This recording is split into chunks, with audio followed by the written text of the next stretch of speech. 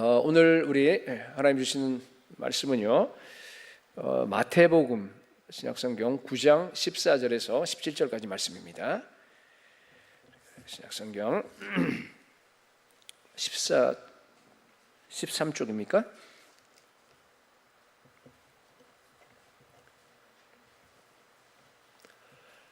우리 한 절씩 이렇게 교독하도록 하겠습니다. 제가 14절을 읽겠습니다.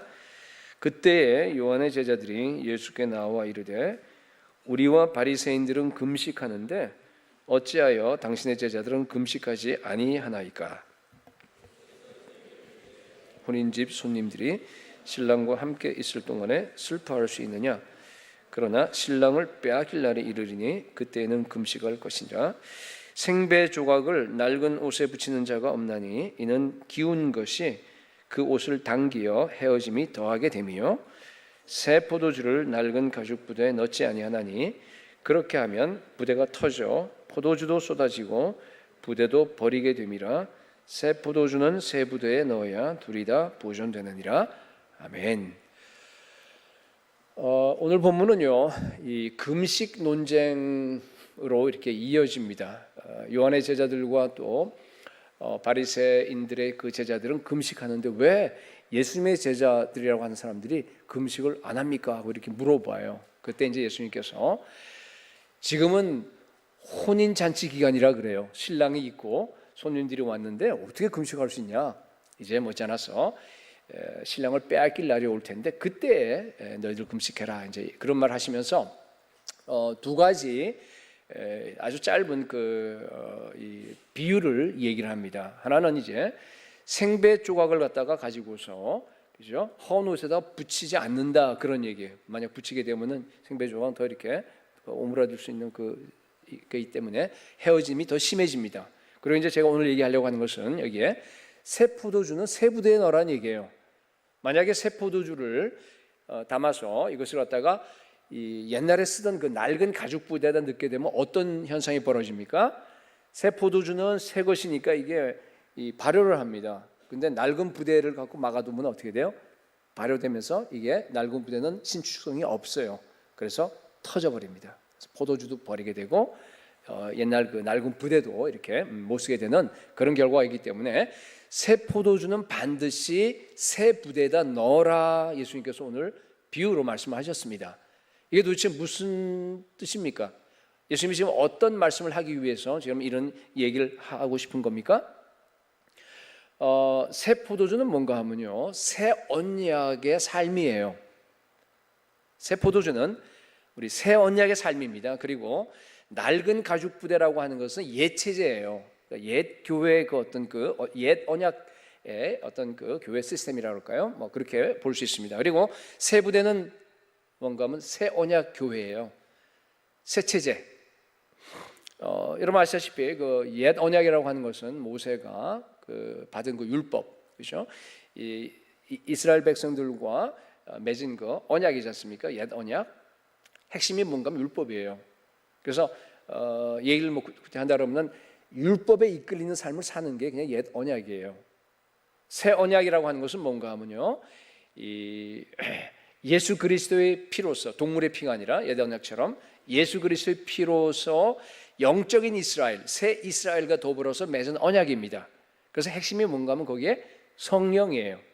성령이 핵심입니다. 새 언약에. 그래서 성령에 이끌리는 삶을 산다 이렇게 얘기해도 좋습니다.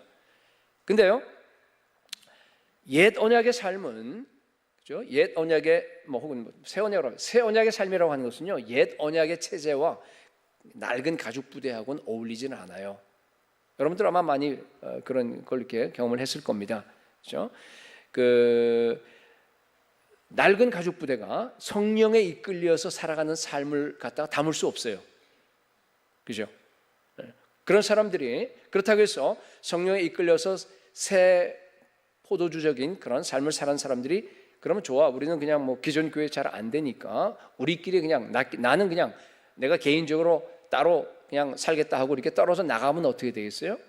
그러면은 더 문제가 생겨요. 왜? 떨어진 것 그 자체가 바로 옛 언약이에요.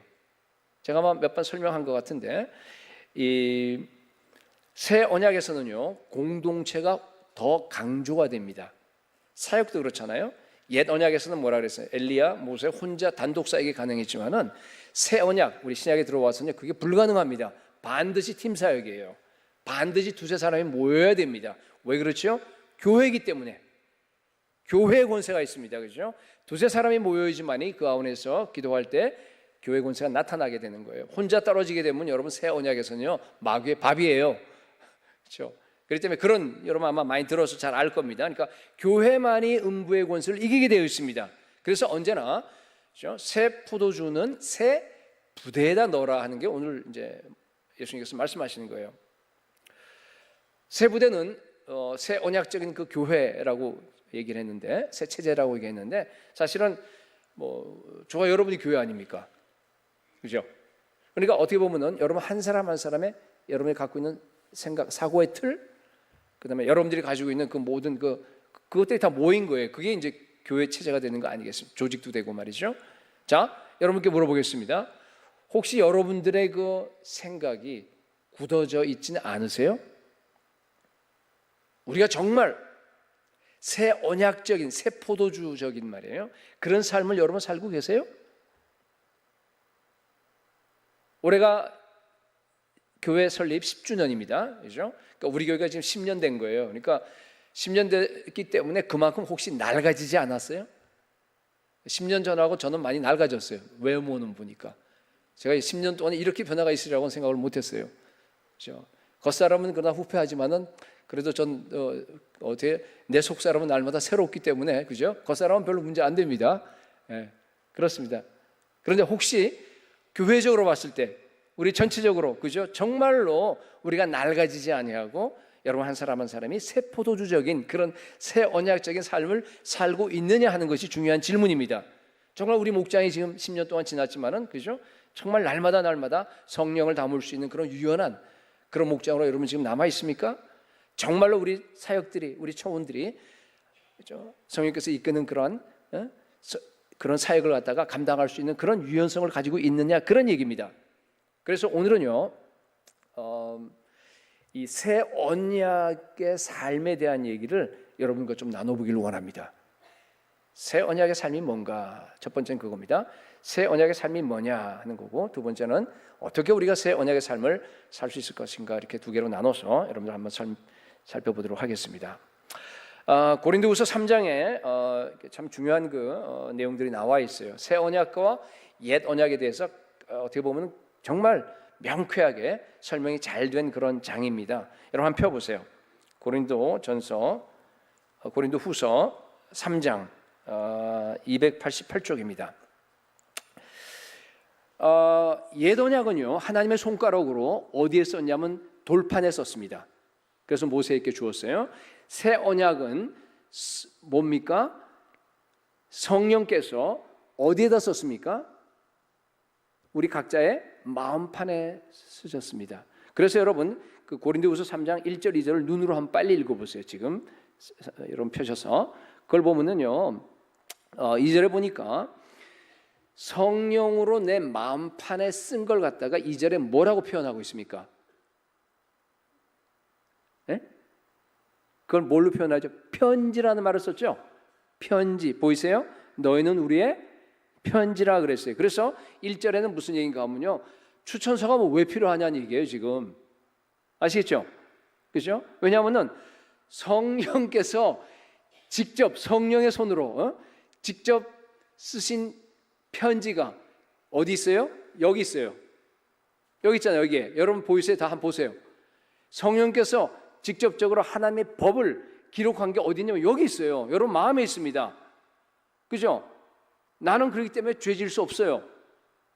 나는 그렇기 때문에 여기에 기록한 그대로 내가 살아갑니다. 그게 내 추천서란 얘기예요. 아시겠죠? 그게 지금 1절에 대한 얘기입니다. 4절에 보니까 우리가 그리스도로 말미암아 하나님을 향하여 이 같은 확신이 있으니, 이 같은 확신이 무슨 확신이에요? 내 심령에 성령 하나님께서 하나님의 법을 기록했다는 확신이에요. 나는 범죄할 수 없다. 나는 이 법대로 내가 살아간다. 나는 사랑하는 사람이다. 그죠? 그런 확신이 있는 사람, 그런 얘기입니다. 그죠? 그 사람을 가리켜서 그 뒤에 나오는데 새 언약의 일꾼이란 말을 써요. 여러분 다 새 언약의 일꾼들입니다. 여러분들은 다 새 언약에 속한 사람들이란 얘기예요. 반면에 여러분, 교회는 다녀요. 그런 예수님 믿는다고 말을 합니다. 그런데 여전히 옛 언약에 묶인 사람들도 있어요. 네? 여전히 율법에 묶인 삶을 사는 사람도 있다는 뜻이에요. 율법에 묶인다, 율법 조문에 묶인다라는 그 의미, 우리 많이 쓰죠, 그런 말. 그 말은 오해하면 안 돼요. 많은 사람들이 그걸 갖다가 성경을 문자대로 해석한다 이렇게 얘기하는 걸 저는 많이 봤어요. 특히 자유주의에 있는 신학자들이나 목사님들 보면 그렇게 해서 전말해요. 그렇지 않아요. 성경은 문자대로 해석해야 될 때가 많아요. 어떨 때는 상징도 많고 여기는 비유도 많습니다. 그러나 문자대로 해석해야 될 때도 많아요. 그러니까 그거는 그 문맥과 그 모든 걸 봐서 우리가 그 얘기를 하는 거 아닙니다. 무슨 얘기입니까? 당신 어떻게 왜 이렇게 율법 조문에 매여 있어? 왜 율법주의야? 이렇게 우리 얘기하죠. 그게 무슨 의미입니까? 하나님의 의도는 다, 전체적인 의도는 다 무시한 채로 문자, 여기 성경에 써 있는 문자에만 집착해서 율법 조항에 묶이는 걸 얘기하는 거예요. 자, 제가 좀 설명하겠습니다. 예수님의 삶을 보게 되면은 새 언약의 삶이 뭔가를 갖다가 명쾌하게 보여줍니다. 예수님만 보면 돼요. 새 포도주 삶이에요. 예수님은요, 이 현장에서 간음하다가 잡혀온 여인을 어떻게 했어요? 용서해 버렸어요. 여러분 근데요, 잘 보면은 아니 현장에서 잡혀왔다가 증거도 있어요. 그러면 율법대로만 한다 그러면 어떻게 해야 돼요? 돌로 쳐 죽여야 됩니다. 너희 중에서 죄 없는 자가 먼저 돌로 쳐! 소리 질렀어요. 그럴 때마다 깜짝 놀라갖고 다들 보니까 죄가 있거든요. 다 내려버렸어요. 도로 갔다. 그리고 다 가버렸어요. 마지막 예수님만 남는. 예수님 죄가 없습니다. 그러면 진짜로 율법 조항대로 묶여서 한다 그러면 어떻게 돼요? 쳐서 죽여야 됩니다. 근데 안 하고 용서해버렸다는 얘기예요. 율법 위반이에요. 어떻게 보면은. 그죠? 누가복음 7장에 보면은 어떤 여인이 향유 옥합을 깨뜨려서 예수님께 붓고 머리털로 발을 씻고 하는 그 사건을 여러분들 기억할 겁니다. 여러분 거기 보면은 죄를 지은 한 여자 이렇게 나와요. 죄를 지은 한 여자 한번 설교한 적이 있는데 그게 무슨 의미죠? 우회적으로 뭘 표현한 거예요?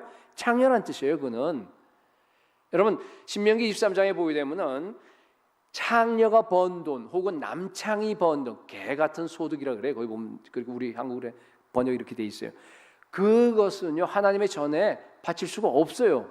그 율법이에요. 그런데 이 여자가 여러분 돈을 벌었는데 어디서 벌었겠어요? 뻔하죠. 그때 당시 그 향유는 비싼 거 아닙니까? 그건 자산이에요, 사실은. 그러니까 그렇게 하는데도 불구하고 예수님은 좋다고 그냥 보고 계셨어요.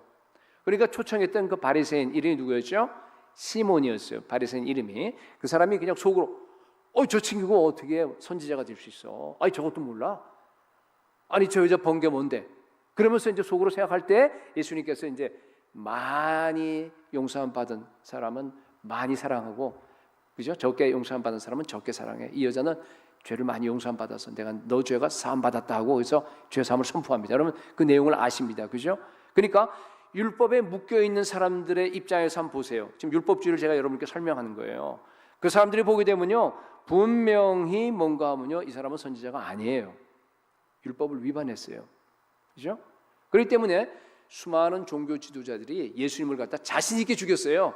저 친구는 하나님께로부터 온 사람이 일 수가 없는 거예요. 율법을 위반하는데, 아시겠죠? 그러니까 그러한 내용들입니다. 여러분 그렇기 때문에 새 포도주적인 삶을 살라 그러면요, 예수님처럼 그 새 포도주 뒤에 있는 그 문자 뒤에 있는 하나님의 영을 봐야 돼요. 새 포도주가 사실은 성령이에요, 그죠? 새 포도주가 성령. 그렇기 때문에 그 사도행전 2장에서 그죠? 새 포도주에 취했다 그러죠. 오순절 때 성령을 충만하니까 너희들이 새 포도주에 취했다 그런 말을 쓰지 않습니까? 그죠? 여러분 예수님께서 율법을 위반하는 그런 행위를 용납을 했습니다. 그럴 때는 왜 했나를 봐야 돼요. 그 뒤에 있는 성령님을 보셔야 됩니다. 그죠? 그걸 모르면 여러분요, 새 언약의 삶을 여러분이 못 살아요. 새 언약의 삶을 못 삽니다. 여러분 중요한 얘기를 하겠습니다. 반드시 여러분들이요, 성령에 이끌려서 예수 그리스도의 계명을 지켜야 합니다. 이게 중요한 말이에요. 성령에 여러분 성경에, 이 신약 성경에 율법이 있어요, 없어요? 율법이나 계명이나 같은 얘기예요. 이 신약 성경에 계명이 있어요, 없어요? 율법이 있어요, 없어요? 있지요, 많아요. 그걸 하나로 요약해버리면 세 계명으로 되겠지만 그러나 많아요. 율법도 마찬가지로 하나로 요약하면 사랑이지만은 그러나 율법이 많듯이 신약 성경도 많습니다. 계명이에요, 그죠? 계명을 여러분들이 반드시 지켜야 됩니다, 그죠? 근데 만약 그것을 갖다가 옛 언약식으로, 구약식으로 그걸 그대로 받아들여서 율법 조항에 묶여서 그런 식으로 지킨다 그러면요, 여러분들은요 율법주의에 빠져버려요. 그러면 안 된다는 뜻입니다. 예를 들어 보겠습니다. 주일 성수 해야 돼요, 안 해야 돼요? 당연히 해야죠. 11조 마찬가지고. 선한 일 해야 됩니까? 당연히 해야 됩니다. 그렇게 하기 위해서 우리를 만들었어요. 하나님께서 구속하셨고. 봉사해야 됩니다. 그럼에도 불구하고요, 열심히 11조 하고 열심히 신앙생활하고 열심히 한 번도 안 빠지고 나오는 사람들이 남을 판단합니다. 왜냐하면 자기는 하거든요. 자기가 하기 때문에 남들은 안 하는 게 보이는 거였네, 그죠? 그러니까 쟤는 왜 저래? 그러면서 상대적으로 자기가 우월감을 느낍니다. 나는 그래도 이제 한 10년, 20년 정말 이렇게 참 그래도 괜찮구나라고 하는 생각을 갖다가 내가 하게 되는 겁니다. 여러분, 남한테 말을 하든 안 하든 그 판단을 남에게 얘기를 했든 안 했든 상관이 없어요. 여러분이 그 생각을 하는 순간 여러분들은 율법주의에 이미 빠진 겁니다. 여러분, 율법주의는 위험한 거예요. 이건 큰 죄입니다, 그죠? 율법을 지킨 것이, 계명을, 하나님을 사랑해서 내가 계명을 지킨 것이 오히려 그거보다 더 큰 죄에 빠지게 만들어버린 겁니다. 로마서 6장 14절에 뭐라고 되어 있냐면요, 법 아래 있으면은 죄가 우리를 주장한다라는 그런 의미가 있어요. 법 아래, 율법 아래 있으면요 죄가 우리를 주장해요. 그걸 보세요, 그죠? 거꾸로 얘기했으니까. 율법 아래 있으면 여러분 죄에서 벗어날 길이 없어요. 다시 강조합니다, 여러분. 그렇기 때문에 자, 이제 성경은 언제나 여러분 자기를 향한 기준이에요. 만약 여러분들이 성경을 읽으면서 조금이라도 이 성경을 가지고 아내에게 적용을 했다던가 아니면은 목장 식구들에게 여러분들이 적용했다 그러면요, 여러분은 바리새인이 돼요. 그 순간 그렇습니다. 바리새인은 예수님이 가장 미워하는 유형의 죄인입니다. 예수님은 창녀나 세리 당시에 사람들이 가장 더럽고 악하다고 생각했던 그런 죄를 범한 사람들은 그냥 용납했어요. 용서해버렸어요. 그런데 예수님이 견딜 수 없던 사람이 하나 있는데 누구였어요? 바리새인들이에요. 서기관 바리새인들이었습니다. 그죠? 우리 지난주에 큐티 했지 않습니까? 바리새인들을 향해서는요, 그냥 와 있을진저 외식하는 서기관과 바리새인들이요 그러면서 이게 한 번 얘기하지 않고 몇 번 했습니까? 지난번 보니까 지난주에 몇 번 나와요. 그게 와 있을진저 하는 게 7번이면 그거 대단한 겁니다. 완전 그렇게 하고 나서도 속에 안 찼어. 우리 예수님이 안 풀렸어요. 그래서 맨 끝에 가서는 뭐라 그래? 뱀들아, 독사의 새끼들아 그래요. 끝에 가서 그걸로 종결 짓습니다. 저주하고 끝내요. 여러분, 예수님께서는 그들에게 이게 여러분 왜 그랬겠어요? 왜 그랬겠어요? 자기 안에 똑같은 죄가 있으면서, 여러분 사람은 똑같습니다. 저나 여러분들이나 똑같아요. 바리새인이나 세리나 차이가 없어요. 똑같은 죄가 있으면서 숨기고 안 그런 척하고 자기는 괜찮은 것처럼 남을 판단하고 남 위에 우월하라고 생각하는 그런 교만이에요. 그걸 외식이라고 그래요. 위선이라고 합니다.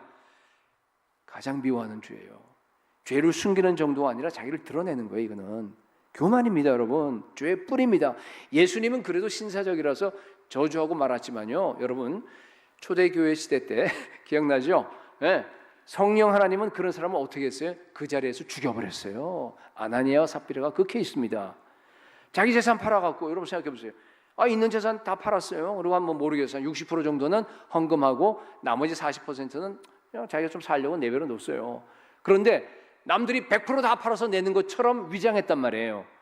그죠? 그렇게 하고 남들에게 자기가 괜찮은 사람이라고 듣기도 하고 동시에 자기 재산은 재산대로 챙기고, 그렇게 뭐라 그랬어요? 아나니아야, 어찌하여 사탄이 네 마음에 가득하여. 사탄 충만이에요. 그렇죠? 네가 성령을 속였느냐? 사람에게 거짓말한 것이 아니라 하나님께 거짓말한 거다. 그렇게 얘기를 했습니다. 그 자리 듣자마자 그 자리에서 즉사했습니다. 여러분, 외식이라고 하는 거, 이게 아나니아 얘기도 아니고요, 바리새인 얘기 아니라 저는 우리 얘기, 제 얘기하는 거예요. 여러분 얘기하는 겁니다. 외식이 있어요, 여러분들한테. 외식이라고 하는 것은요, 사람에게 거짓말하는 것이 아니라 하나님께 거짓말하는 거예요. 하나님께 숨기는 겁니다. 여러분, 그렇기 때문에 모든 비방과 판단과 모든 그런 그 외식에서 벗어나시기 바랍니다. 아예 마음에 두면 안 돼요. 여러분, 하나님이 가장 미워하시는 것이 뭔가 하면요, 교만이에요. 그 율법주의입니다. 뭐 외식하고 연결되는 게 다 똑같은 얘기예요 지금. 여러분, 다른 죄는요 하나님께서 봐주시잖아요. 우리가 약해서 그런 걸 어떡합니까? 우리 인간이 그렇게 생긴 걸. 그렇기 때문에 하나님께서 웬만한 죄 다 봐줘요. 긍휼히 봐주십니다, 여러분. 그런데요, 안 봐주는 죄 몇 가지가 있는데 그 중에 하나가 뭔가 하면 교만입니다. 교만이에요. 하나님은 교만한 자를 어떻게 하신다고요? 하나님은 대적하시고 겸손한 자에게 은혜를 베푸시나니. 여러분 만약에 마음이 우쭐하고 내가 그래도 괜찮다 이런 생각이 들면은요, 여러분들은요 하나님의 적이 돼요. 하나님의 적은 마귀라는 뜻이에요. 왜냐하면 그게 마귀의 성품이에요. 교만이라고 하는 것은 마귀가 처음에 하나님과 분리돼서 죄를 지은 것이 바로 교만이에요. 나도 하나님처럼 될 수 있어요. 아담도 마찬가지예요. 그 아담의 성품이 어디에 있습니까? 나한테 있어요. 우리한테 있는 겁니다.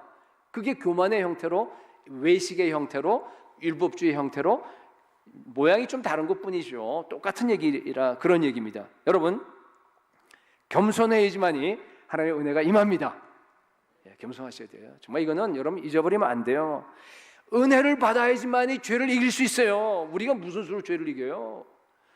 은혜가 그죠? 죄가 너희 아까 봤잖아요. 죄가 너희를 주장하지 못하리니 이는 너희가 율법 아래 있지 아니하고 어디 있어요?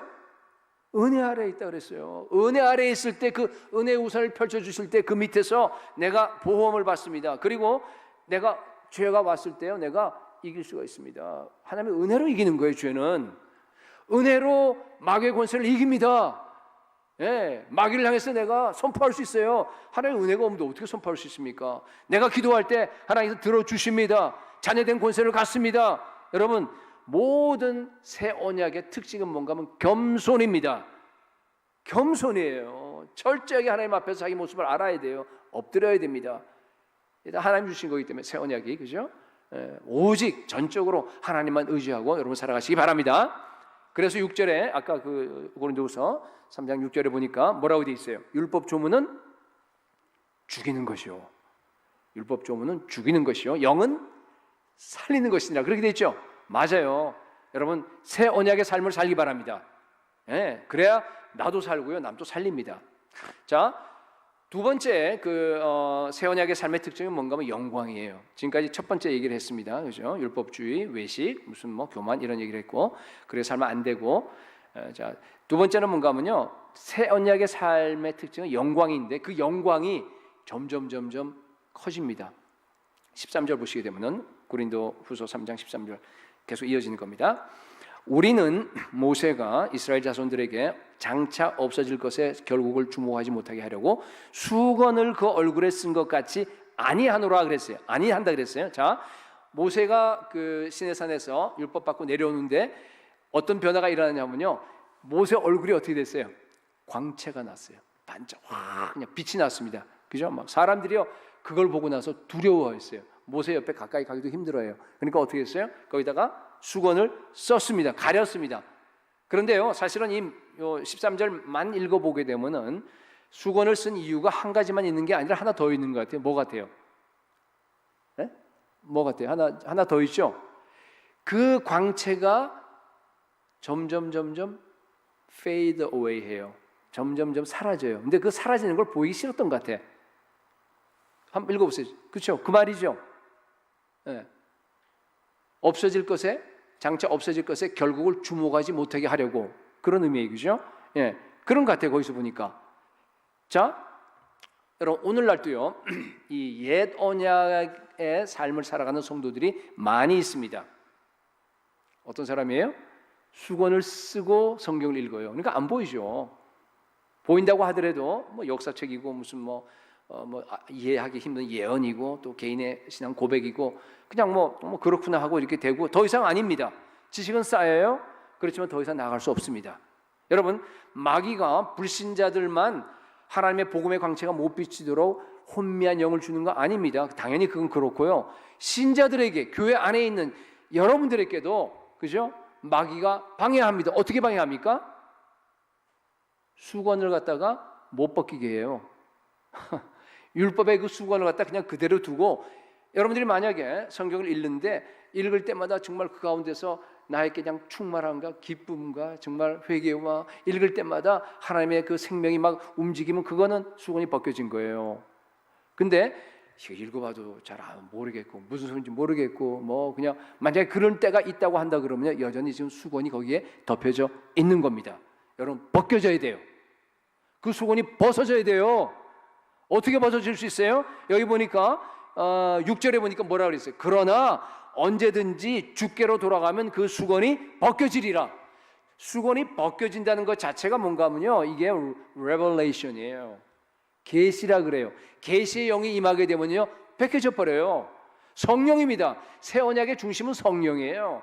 성령으로 읽어야 돼요. 성령을 갖다가. 말씀은요, 여러분의 지식과 나의 혼과 나의 뭐 이걸로 읽는 거 아니라고 지난주부터 계속 지금 반복합니다. 절대로 그러면 안 됩니다. 그러면 여러분께 손해돼요. 지식은 늘어날 수 있지만 그 다음엔 더 신앙적으로 보면 손해가 된다는 얘기예요. 여러분, 그 수건을 벗기시기 바랍니다. 누구나 주께로 돌아가면 그 수건이 벗겨집니다. 여기 주라고 써 있는데 주가 누굽니까? 구약시대에 주라고 하는 것은 전부 다 여호와 하나님이에요. 신약시대에 거의 주라고 하는 것은 누군가예요? 예수 그리스도예요. 근데 여기는 유일하게 누군가 하면 성령이에요. 성령님이 우리의 주님입니다. 우리 안에 계신 성령이, 그분께 돌아가야 하셔야 됩니다. 회개하셔야 되고, 성령이 돌아가야 되면요 성령이 주신 자유함을 우리가 누린다, 그런 뜻입니다. 여러분, 새 언약의 삶이라고 하는 것은요, 제가 이제 그걸 설명하는데, 매일 매 순간 우리가 말씀을 통해서 주의 영광을 봐야 됩니다. 매일 매 순간. 그뿐만 아니라 뭐예요? 그 영광이요 계속적으로 증가해야 됩니다. 여기 몇 절이에요? 18절 보세요 한번. 우리가 다 수건을 벗은 얼굴로 거울을 보는 것 같이, 거울을 갖다 말씀의 거울로 생각하세요. 말씀을 본다고 생각하세요.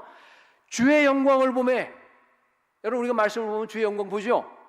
말씀이 계시된 그 성령께서 조명을 해주시고 계시를 해주시게 되면요 그 안에 말씀이 주님이기 때문에 말씀 안에 주의 영광, 주의 임재를 갖다 우리가 매번마다 보는 겁니다. 보세요. 보셔야 돼요. 말씀을 읽는다는 의미가 바로 그거예요. 이 말씀을 통해서 이 안에 나타난 예수 그리스도의 영광, 하나님의 놀라운 영광, 하나님의 임재를 갖다가 매번마다 여러분들이 맞닥뜨리셔야 됩니다. 그와 같은 형상으로 변화하여 말씀 읽으면서 여러분들이 예수의 형상으로 바뀌는 겁니다. 그 다음에 중요한 말을 합니다. 뭐라고 되어 있어요? 영광에서 영광으로 이르니. 할렐루야. 영광에서 영광으로 이르니. 여러분, 말씀 보고요 주님 만나고 주님 한번 바뀌고 하는데, 이게요 옛날 옛 언약 때는요 모세가 시내산에서 하나님을 만나고 내려왔을 때는 이게 빛이 났어요. 영광이, 얼굴이 빛이 나다가 좀 지나면 줄어들어요. 이렇게 없어져 버려요. 여러분, 그 옛 언약입니다. 그런 삶 살면 안 됩니다. 무슨 의미인지 아시겠죠, 그죠? 오늘 할 때 말이에요. 수련회 할 때, 이제 좀 이따 수련회 하겠지만은, 수련회 할 때 막 가서 막 충만합니다. 모든 사람들이, 그죠? 그러다가 내려와서 일주일, 2주일 좀 지나면 점점 조금 사라져요. 그래서 없어져 버려요. 원위치. 그러다 뭐 몇 달 뒤에 부흥회 하면 또 부흥회 와서 막 은혜 받고 나서 그냥 확 살아났다가 또 조금 있으면 또 원위치. 여러분, 만약에 그런 식으로 뭐 왔다 갔다 굴곡이 있는 삶을 산다 그러면요 그거는 새 언약의 새 포도주 삶 아닙니다. 우린 달라야 돼요. 우리는요 시내산에서 모세에게 나타났던 그 하나님이, 그 영광의 하나님이, 그 주님이 우리 안에 있습니다. 여러분, 이게 대단한 겁니다. 여러분, 신비입니다. 이건 기적입니다. 여러분, 그 하나님을 여러분 매일 만나시는데 뭘 통해서 만나냐면 말씀을 통해서 만나는 거예요. 그 영광을 보는 거예요. 수건을 벗은 얼굴로 거울을 보는 것처럼 말씀을 보고 주님의 형상으로 바뀌고 영광에서 영광으로 나아가는 것이, 이게요 이건 뭐 나중에 뭐 천국 가서 한 얘기 아니에요. 이건 뭐예요? 지금 얘기입니다. 지금 여러분들이 신앙생활을 갖다가 이렇게 하는 것이 새 포도주의 삶이라는 뜻입니다. 여러분들이 정말 그런 삶을 사시기 바랍니다. 여러분, 결단하세요. 예수님, 이제 앞으로 여기에 있는 말씀대로 내가 살겠습니다. 아무리 내가 바쁘다 하더라도 나의 일상을 다 깨워버리고 내가 기도하면서 엎드리겠습니다. 우리 지난주에 설교했을 때 제가 말씀으로 기도하겠습니다. 말씀으로 한번 기도해 봤어요, 여러분 집에서? 설교 들으면 프랙티스 하셔야죠. 그죠? 말씀으로 기도하셔야 돼요. 말씀이 기도가 되고 말씀이 삶이 되고 말씀이 전체, 내 삶 전체입니다, 여러분. 내 안에 성령님의 소원을 이제부터 제가 소멸하지 않겠습니다. 성령의 감동에 이끌려서 성령께서 정말 나를 인도하시는 대로 내가 살아가겠습니다. 여러분 결단하시기 바랍니다. 반드시 주님께서 새 언약적인 삶, 주의 영광을 매일 보고 그리고 그 주의 영광이 영광에서 영광으로 커져가는 그런 놀라운 삶을 여러분들이 살 줄로 믿습니다. 다 그렇게 되셔야 돼요. 자, 큰 두 번째로, 자, 그럼 어떻게 우리가 새 언약의 삶을 살 것인가 하는 얘기예요. 또 교회적으로 이해해야 된다 그러면 어떻게 우리 교회가 새 부대를 준비하겠느냐 그런 얘기죠. 옛 언약의 특징에 옛 언약 삶의 특징은 율법주의였어요. 그죠? 그래서 죄를 극복하지 못합니다. 마음의 기쁨과 평안이 없어요. 남에 대해서 관대하지 못해. 항상 판단하고 막 율법 다 그죠? 그런 거니까 바리새인처럼 외식. 그러면서 어쩌다 한 번씩 뭐 충만해질 수는 있어요. 설교 듣고 뭐 아니 그러지만 또 사그러져 버려요. 여러분 그런 삶을 살면 안 된다는 얘기예요. 그건 옛 언약적인 삶이에요. 그죠? 이제 오늘 설교를 들을게요. 이제 자, 어떻게 여기서 벗어날 수 있는 얘기예요? 이런 삶 지겹지 않아요? 벗어나야죠. 하나님께서 우리 예배하는 삶이 얼마나 거대한 삶인데 예수를 믿는다는 게 얼마나 이게 엄청난 건데 여러분 방법은요. 이게 방법이 없어요. 근데 문제가 하나밖에 없어. 방법이 하나밖에 없습니다. 뭐 같아요? 우리 계속 찬양한 게 뭐였어요? 성령 충만 찬양했어요. 그죠? 진리의 성령이 오셔서 이 땅을 충만케 채우소서. 나를 예요. 진리는 단순합니다. 정말로 무슨 뭐 특별한 재주가 없어요. 뭐예요? 새언약적인 삶 핵심이 성령에 이끌리는 삶이기 때문에요. 우리가 성령 충만할 수밖에 없습니다. 답은 딱 하나입니다. 갈라디아서 5장 18절에 너희가 만일 성령의 인도하시는 바가 되면 율법 아래 있지 아니하리라. 와우, 너무 멋있는 말씀이에요. 그죠?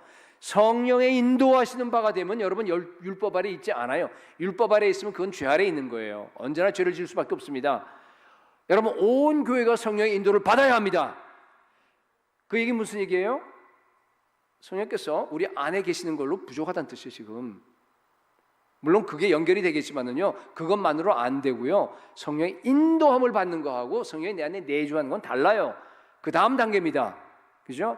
그래서 아마 전에도 얘기했는데 로마서 8장에도 보니까 그죠? 9절에 누구든지 그리스도의 영이 없으면 그리스도의 사람이 아니다 그랬잖아요. 그죠? 그리스도의 영이 없으면 그리스도의 영이 있으면 그리스도의 사람이에요. 근데 그걸로 끝나지 않아요. 여러분 다 있죠? 여러분 안에 그리스도의 영이 있습니까? 아멘. 있어요. 다 있습니다. 우리 예수 믿고 그죠? 그리스도께서 성령이 내 안에 들어왔습니다. 근데 그걸로 끝나지 않고요. 14절 가보세요. 뭐라 그럽니까? 무릇 하나님의 영으로 인도함을 받는 자가 성령의 인도함을 받는 자가 곧 하나님의 아들이라 그랬습니다. 성령 충만 받아야 됩니다. 인도함 받아야 돼. 그래야지만이 여러분 새 언약의 삶을 살 수 있다는 얘기예요. 날마다 성령이 나를 지배하고 날마다 성령이 나를 다스리도록 여러분 성령을 사모하시기 바랍니다. 날마다 성령에 목말라 해야 됩니다. 여러분 성령 충만하게 되면요 세 가지가 보여요. 이사야 6장에 보면은 세 가지가 잘 나와 있는데 보이는 게 세 가지. 하나는요 위를 봐야 돼. 위가 보여요. 위에 보니까요 높이 들린 하나님의 보좌가 보여요. 그렇죠? 우시야 왕이 죽던 해 보니까 주께서 높이 들린 보좌에 앉으신 게 보입니다. 하나님의 영광이 충만하게 온 땅에 가득한 그 영광이 위에서부터 내려오는 것을 갖다 우리가 볼 수 있습니다. 그것만 갖고는 안 돼요. 그죠? 그 다음에 또 그렇게 영광이 임하자 뭘 봤죠? 이사야가 자기 내면을 들여다봤어요. 하나님의 영광이 보이자마자 갑자기 자기를 들여다보는 거예요. 나의 자신의 내면을 보니까요 화로다 나는 망하게 되었도다. 나는 입술이 부정한 사람인데 입술이 부정한 백성 중에 살면서 만군의 왕이신 여호와를 배우구나. 난 죽었다는 얘기예요. 너무 부패했다는 것을 갖다 하나님의 영광 가운데 봤기 때문에 자기 내면으로 봅니다. 그죠? 그걸로 끝나지 않아요. 마지막에 본 게 뭡니까? 바깥을 봅니다. 바깥을 봐요. 자기 내면만 보고 있으면 안 돼요. 그죠? 그러니까 우리가 성령 충만하게 되면요 어떤 사람들은 내면만 보고 나서 계속 그냥 치유 사역만 해요. 치유 사역 끝이 없어요. 여러분 전에 한번 얘기했지만 왜냐하면 죄는 계속 생산되니까 우리 안에서 똑같은데 계속 와요. 여러분 그거 끝내야 돼요. 그 치유 사역 계속 한다고 되는 거 아닙니다. 그죠? 그렇다고 해서 하나님의 영광만 보면서 그냥 맨날 예언 사역하고 뭐 그것만 아니에요, 여러분. 더 중요한 거, 성령 충만하게 된 그 모델이 이사야 6장에 다 나와 있어요. 구약에 다 나와 있어요. 차이가 있다고 한다 그러면은 이사야는 뭐예요? 그냥 한번 그러고 말아버렸어요. 우리는 뭐예요? 매일 그러니까 매일 계속 반복되는 겁니다. 이것이 그 차이밖에 없어요. 그죠? 네. 그분이 우리 안에 있으니까 우리가 성령 충만하게 되면요, 바깥을 봐요. 스랍 중에 하나가 제단에서 핀 수술 가지고 입에 댔어요. 죄사함이라는 의미입니다. 이것이, 그죠? 근데요, 내 입만 그렇게 된 게 아니라, 바깥을 보니까 내 입만 그렇게 된 게 아니라 나 같은 사람이 많아요. 온 열방에 다 흩어져 있어요. 이 지역사회도 많습니다. 하나님께서 지금 또 그러한 그것을 가지고서 죄사함을 갖다가 다 모든 사람에게 주기를 원하십니다. 그게 보이는 거예요, 이제. 그래서 뭐라 그랬어요? 이사야가 뭐라 그랬어요? 내가 그러니까 그때 음성이 들어옵니다. 내가 누구를 보내며 누가 우리를 위해서 갈고 하는 음성이 들립니다. 바깥에 흩어진 그런 사람들, 주님의 마음이 보이기 시작하니까, 그죠? 그때 내가 여기 있나이다, 나를 보내소서. 무슨 의미인지 아시겠죠? 그러니까 우리가 성령 충만한다는 얘기는 뭔가 하면요, 바깥을 보기 위해서요. 사명이 있습니다, 우리들에게. 그죠? 사명이 있습니다. 죽어가는 그들에게 가서 이미 예수 그리스도의 십자가와 부활로 완성된 하나님의 그 구속의 그 놀라운 그 복음을 갖다가 전하기 위해서 성령 충만 주신 겁니다. 성령 충만의 최종 목적지는 바깥입니다. 열방입니다. 여러분, 죽어가는 세상이에요. 죽어가는 세상을 살리는 주님의 그 영광스러운 사역에 동참하시기 바랍니다. 자, 우리 교회적으로 한번 보십시다. 교회적으로 어떻게 우리가 그러면은 새 부대를 준비할 수 있겠느냐 하는 얘기예요. 날마다 성령 충만할 수 있는 구조로 만들어야 됩니다. 교회를 갖다가. 그죠? 그렇습니다. 여러분, 교회는요, 조직이 아니에요. organization. 조직이 아닙니다. organism이에요. organism이라는 얘기는 유기체입니다. 성경에 나와 있는 그 교회는요, 조직이 아니라 유기체예요. 교회가 조직이 되는 순간, 벌써 한 10년이 지났기 때문에 굳어져 이렇게 되면 조직이 돼버려요. 그래야 되는 순간 성령께서 교회에 개입 안 하십니다. 못해요. 그렇다고 해서 교회가 어떻게 유기체로만 존재하고 있겠어요? 그건 불가능한 얘기예요. 인간이기 때문에. 죄인들이 모인 그 단체가요, 어떻게 유기체로 그게 존재할 수 있겠어요? 그거 불가능한 얘기예요. 아무 조직도 없이 이게 됩니까? 조지 폭스가 누구죠? 그 다음에 요새 그 누구죠? 그 리차드 포스터, 그죠? 그런 사람들은 이 소위 퀘이커 교도예요. 퀘이커 조금 보면 자기들은 유기체라고 얘기하는데 사실 거기도 조직이 있어요. 아미시도 가보니까 조직이 있더라고요, 거기에. 그죠? 그건 조직이 없는, 초대교회 조직이 있어요, 없었어요? 있었어요. 뭐요? 사도, 장로, 뭐 감독, 일곱 집사 뭐 다 있었잖아요. 그죠? 조직이 있었어요. 그죠? 그렇습니다. 그런데요, 균형이 있었어요. 균형이 있었습니다. 적절한 균형이 중요합니다. 어느 수준의 균형이 필요할까요? 성령께서 마음껏 들어와서, 우리 좀 다른 표현, 해집고 다닐 수 있도록, 성령께서 마음껏 들어오셔서 역사할 수 있도록 어느 교회에, 그죠? 그렇게 할 수 있는 조직과 organization과 organism, 그것이 두 개가 적절하게 균형으로 이루어진 곳이 바로 뭔가 하면요, 세부대예요. 그런 세부대를 갖다 우리가 준비해야 된다, 그런 얘기입니다. 여러분, 우리 장로교는요, 여러분들에게 좀 굉장히 성경적이에요. 가장 성경적이에요. 뭐 100% 성경적인 그 교단은 없습니다. 인간 안에는 존재하지 않기 때문에 그냥 비교적 교리로 보나 조직으로, 장로 조직으로 보나 굉장히 성경적이에요. 그러나 여러분, 단점이 있어요. 그게 뭔지 아세요? 여러 다른 다른 이렇게 회중교회나 무슨 뭐 그런 교회보다 가장 조직화되기 쉬운 단점을 갖고 있어요. 장로교회가 그래요. 회중교회, 침례교회 같은 경우는요, 담임 목사 한 사람만 잘하면 돼요. 담임 목사 한 사람만 정말 그냥 깨어서 나간다 그러면 교회는 계속 저렇게 유지가 돼요. 그죠? 여러분 아시다시피. 그런데요, 장로교는 안 그래요. 저는 여러 차례 봤습니다. 딴 교회에서. 아무리 담임 목사가 성경적인 이상을 가지고 초대교회를 회복하기 위해서 여기에서 목회한다고 하더라도요, 장로님들 중에 한 사람만이라도, 그죠? 낡은 그런 가죽부대, 전통적인 것을 고집한다 그러면요, 깨져요. 안 됩니다. 그 구조가 그렇게 돼 있어요. 장로교 규정은 그렇습니다. 그죠? 그런데 그렇기 때문에 장로교는요, 장로 전체가 한 사람도 예외 없이 다 성령 충만해서 다 담임 목사와 하나가 되어서 한 마음으로 한 사람이 움직이듯이 그렇게 움직이지 않고서는 유기체가 되기가 어려워요. 이게 딴 분들은 참 무슨 소리 이해를 못할런지 모르지만 하여튼 그런가 보다 하고 알아두시면 돼요. 그러나 만약에 전체 장로가 뭐 5명이든 10명이든 상관없어요. 전체 장로가 다 성령 충만해서 담임 목사 하나가 돼서 유기체적으로 움직이게 된다 그러면요, 회중교회 같은 그런 교회보다는요 수십 배 강한 파워를 가져요. 무슨 말인지 아시죠? 그죠? 그런 겁니다, 여러분. 그게 원래 새 언약에 이거는요 혼자 하도록 안 돼 있어요. 이게 팀워크로 하게 돼 있어요. 같이 가도록 되어 있습니다. 그죠? 감사하게 우리 교회는 그것이 지금 이루어진 경우예요. 유연합니다. 하나가 되어 있습니다. 우리 장로님들이 각자 위치에서 아주 유연하게 움직여요. 성령 충만해갖고 우리 선교되는 거 보세요. 저 선교 어떻게 돌아가는지 위에 것만 알고 있죠. 밑에 건 몰라요. 옛날엔 막 쫓아다니면서 다 뛰었는데 이제는 힘이 모자라서 못 뛰어요. 대신에 그냥 우리 장로님들이 다 뛰어요. 그냥 이제 예를 들어서, 그죠? 그래서 그것이 다 감독하면서 다 위에서 이걸 해주기 때문에 교회가 이제 점점 더 성도도 그렇고 모든 사역들도 그렇고 다 그렇게 나아갈 겁니다. 우리 교회는요 감사하게 하나님께서 축복하셨어요. 정말 새 가죽 부대를 갖다가 잘 마련해 주셨습니다. 할렐루야. 얼마나 감사합니까, 여러분? 그죠? 성령님이 마음껏 여기 와서 움직여도요 우리 교회가 터지지 않아요. 새 포도주를 담을 수 있는 교회입니다. 지금 자신 있게 얘기할 수 있어요. 예산도 그래요. 어떤 교회들은 그냥 굳어있는 교회, 우리 안 그렇습니다. 마음껏 가능합니다. 그것부터 시작해서 조직도 그렇고요. 그 다음에 매일 새벽 기도도 그 다음에 저녁 기도에 다 마찬가지고 선교의 틀도 다 마련이 되어 있습니다. 자, 제가 하려고 하는 얘기는 이제 그 다음부터예요. 뭐겠어요? 여기에 새 포도주를 담읍시다. 에? 여러분 차례예요. 우리 성도님들 한 분 한 분이요 다 움직일 차례입니다.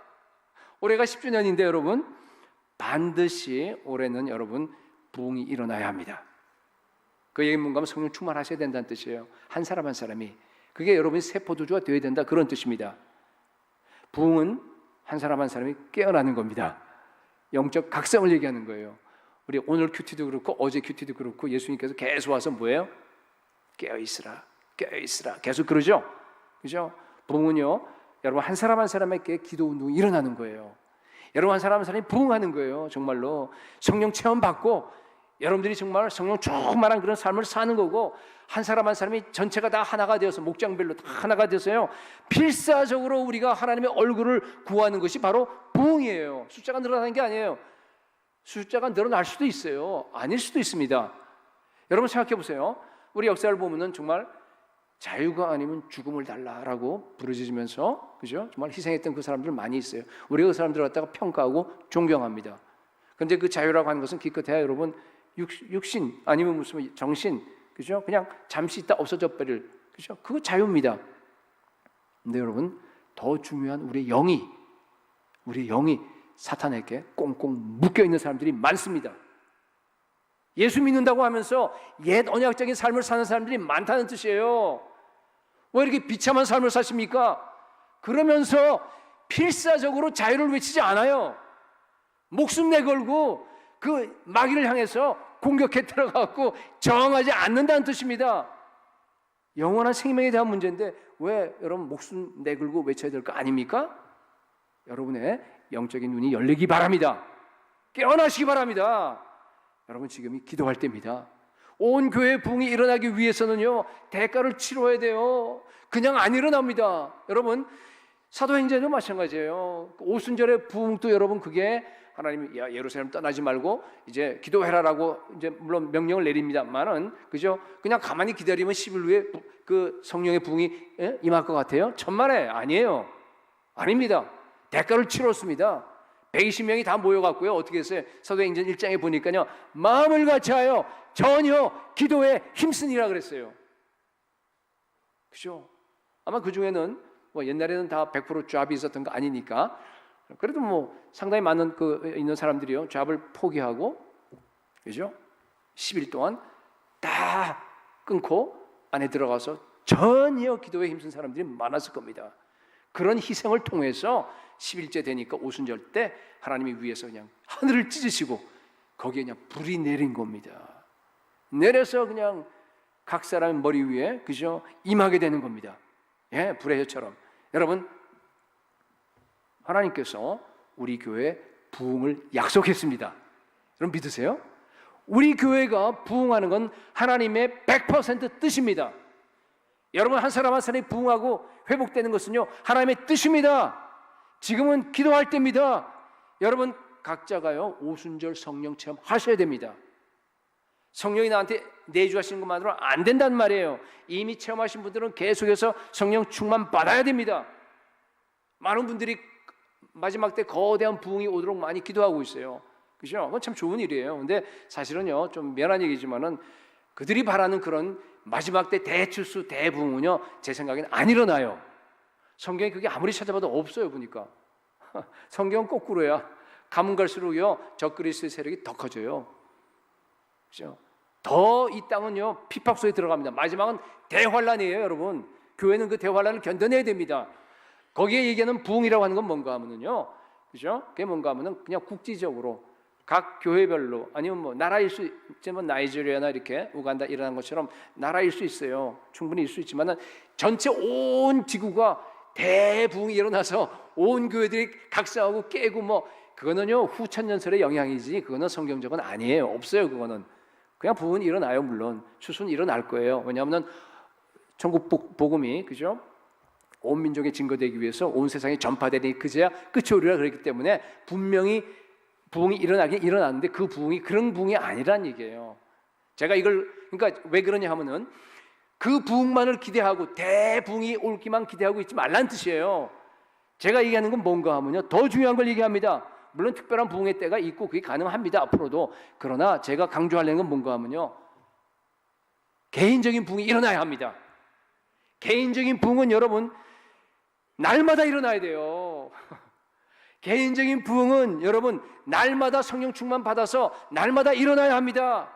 새 언약의 삶이라고는 아까 얘기했잖아요. 그죠? 매일 성령 충만하는 삶이에요. 하나님은요 매일매일 여러분들에게 성령 충만을 부어주십니다.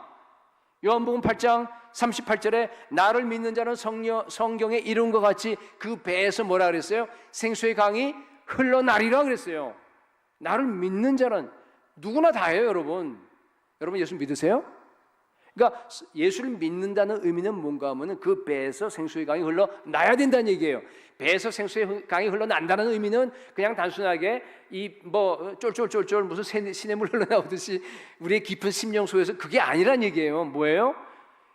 모세가 반석을 쳤을 때 거대한 그 남자만 60만이니까 뭐 200만 넘는 말이에요.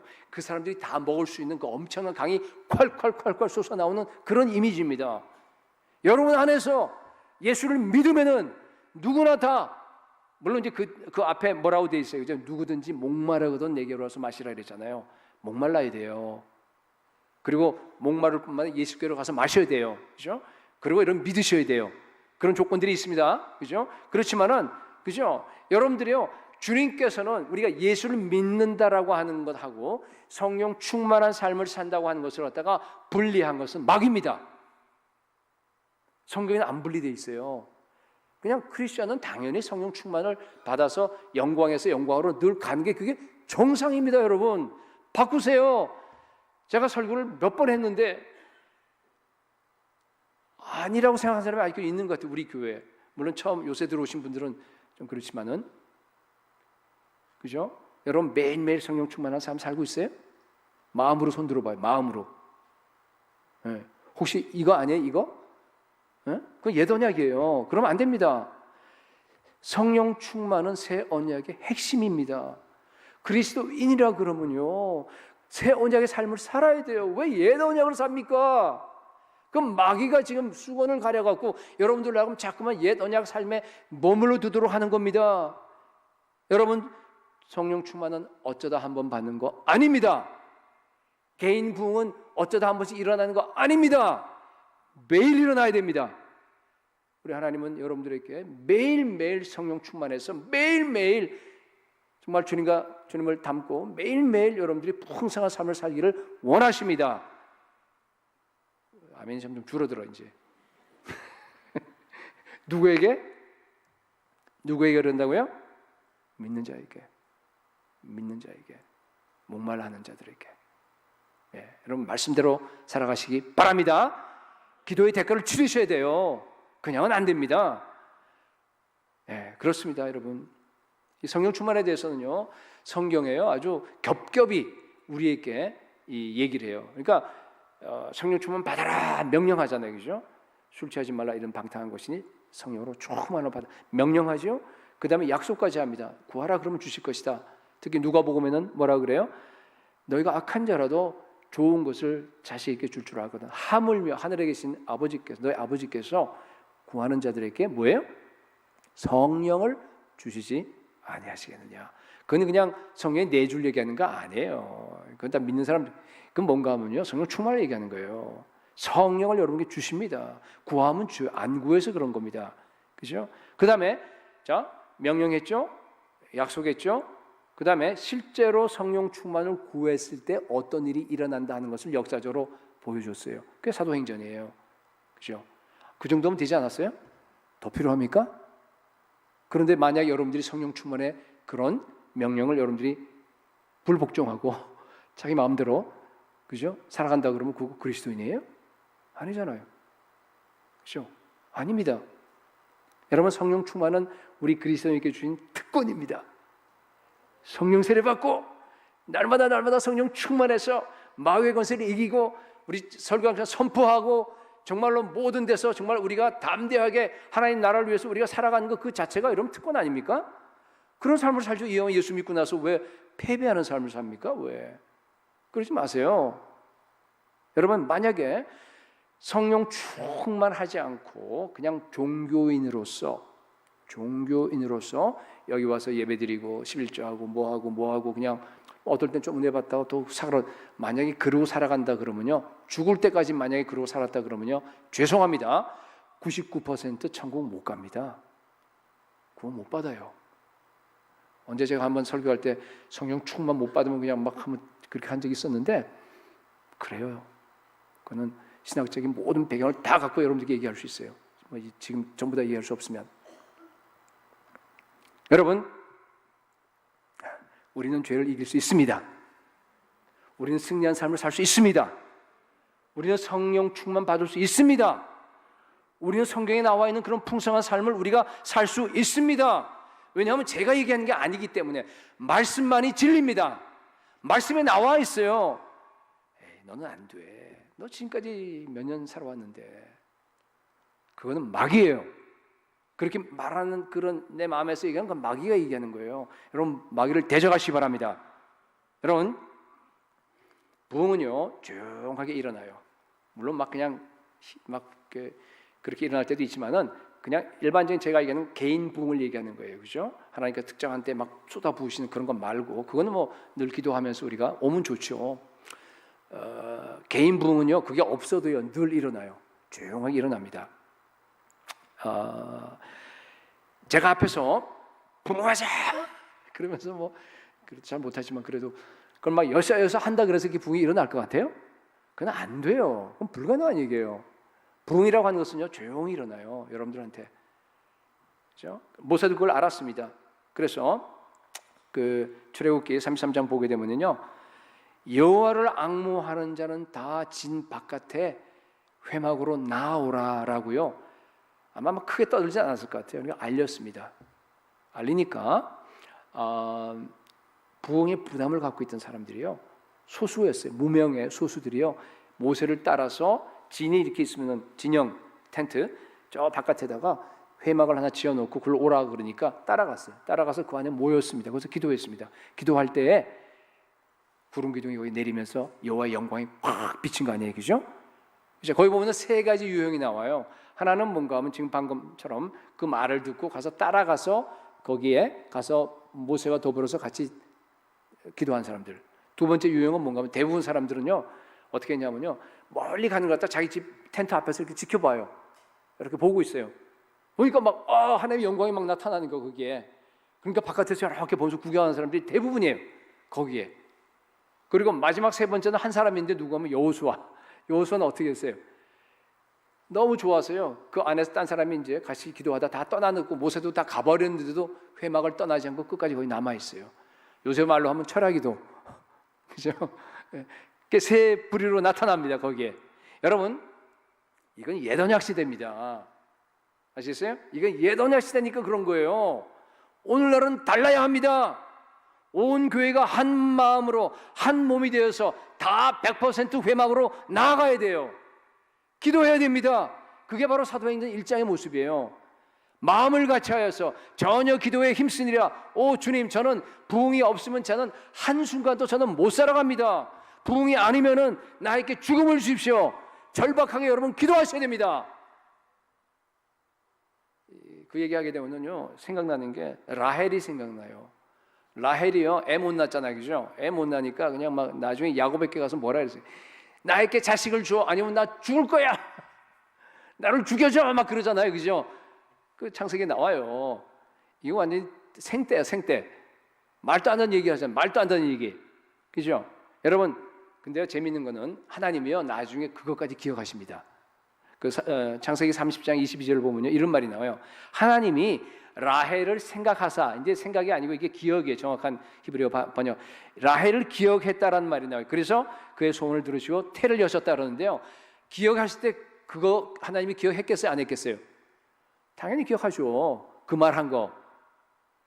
여러분요, 때로는 이런 배짱이 필요합니다. 어차피 우린 자녀예요, 여러분. 아빠한테 때 못 써요, 우리가? 여러분, 성령 충만하기가 어렵다고 혹시 중에 생각하는 사람이 있을지도 몰라서 이런 얘기를 하는 거예요. 늘 뭐 성령 세례 받고 성령 충만하신 분들은 뭐 이렇게 떼쓸 필요도 없어요, 그죠? 늘 그냥 말씀 보면 충만하니까. 그거 말고 혹시 여러분 중에서 자꾸만 목사님은 성령 충만하라 했는데 제대로 안 되고 막 그래서 답답한 분이 있을까 봐서 말씀드리는 거예요.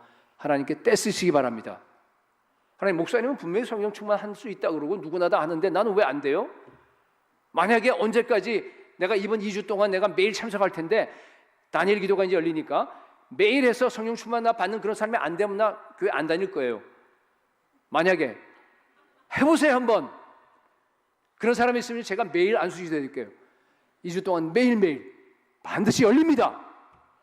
여러분, 그건 영적인 법칙이에요, 여러분. 그래도 아직까지 여러분들이 이렇게 의심스러운 그런 눈으로 보면 저는 참 당황스럽습니다. 부르짖는 기도라는 게 별거 없어요. 그런 거예요, 여러분. 부르짖으세요. 하나님, 성령 충만 주세요. 나 안 주면 나 죽을 거예요. 자유가 아니면 뭘 달라고? 죽음을 달라고 여러분들이요, 외쳐야 됩니다. 여러분, 정말 다시 한번 우리 교회가 이제 이번에 다니엘 그 기도회를 통해서요, 기도하는 교회로 완전히 바뀌어지기를 소원합니다.